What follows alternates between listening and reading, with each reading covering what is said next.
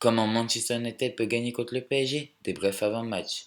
Tout d'abord, nous allons étudier les trois derniers matchs de chaque équipe, puis je vais dire quel compo Manchester United doit aligner et la compo probable du PSG.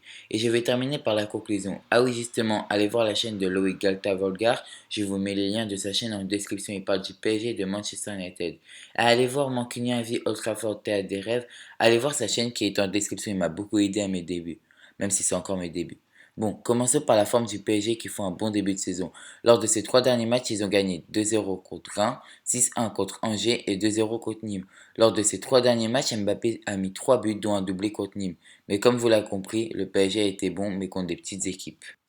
Maintenant, Manchester United, ce n'est pas aussi glorieux. On a gagné 3-0 contre Brighton, qui n'avait pas leur équipe type comme on était en Cup. Après 6-1 pour Tottenham, je ne vais pas parler de ce match horrible. 4-1 contre Newcastle, un bon match, vu que Pogba, Matic, Greenwood, Martial n'étaient pas là. Mais le score est un peu trompeur, on marque les 3 derniers buts dans les 10 dernières minutes. Mais la victoire est méritée, en plus une victoire après les raclés qu'on s'est pris contre Tottenham, c'est toujours bon pour la confiance. Maintenant, parlons de la compo qu'on doit mettre selon moi contre le PSG. Au cage, David Derra, en latéral droit, Wan-Bissaka, en charnière centrale, Maguire Lindelof et en latéral gauche, Alex Telles. Au milieu de terrain, Matic, Pogba, Van de Beek et Bruno Fernandes. Je souhaite Van de Beek vu qu'il a encore fait une bonne rentrée contre Newcastle, il est à l'origine du but de la victoire avec une récupération et une très belle passe vers Bruno Fernandes. Puis pour l'attaque, je souhaite le duo Rashford-Martial qui performe bien. Après, j'aimerais l'entrée du Matador au Parc de Princes. Ça serait beau et en plus, il peut nous réserver une petite surprise contre son ancienne équipe. Avec cette compo, je pense qu'on peut leur faire mal, surtout avec ce milieu de terrain qui va dézonner, couper les lignes et va être dangereux offensivement.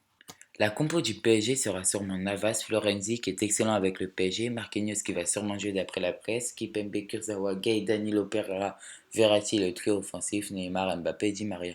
Vu que Icardi est blessé, même si le PSG aligne une grosse équipe, il y a des bonnes nouvelles. Marquinhos, Verratti reviennent de blessure, donc ils ne seront pas physiquement à 100%. Et Danilo Pereira, ça sera son premier match sur les couleurs du PSG. Mais après, il ne faut pas les sous-estimer, le PSG, ils ont encore Navas, Kipembe, le trio offensif. Pour conclure, oui, Manchester a ses chances de battre le PSG. Comme toutes les équipes, on a toutes nos chances et on a un grand Manchester. J'espère que Maguire et Lindelof vont se gérer et s'ils se gèrent, je vois pas pourquoi on perdrait ce match.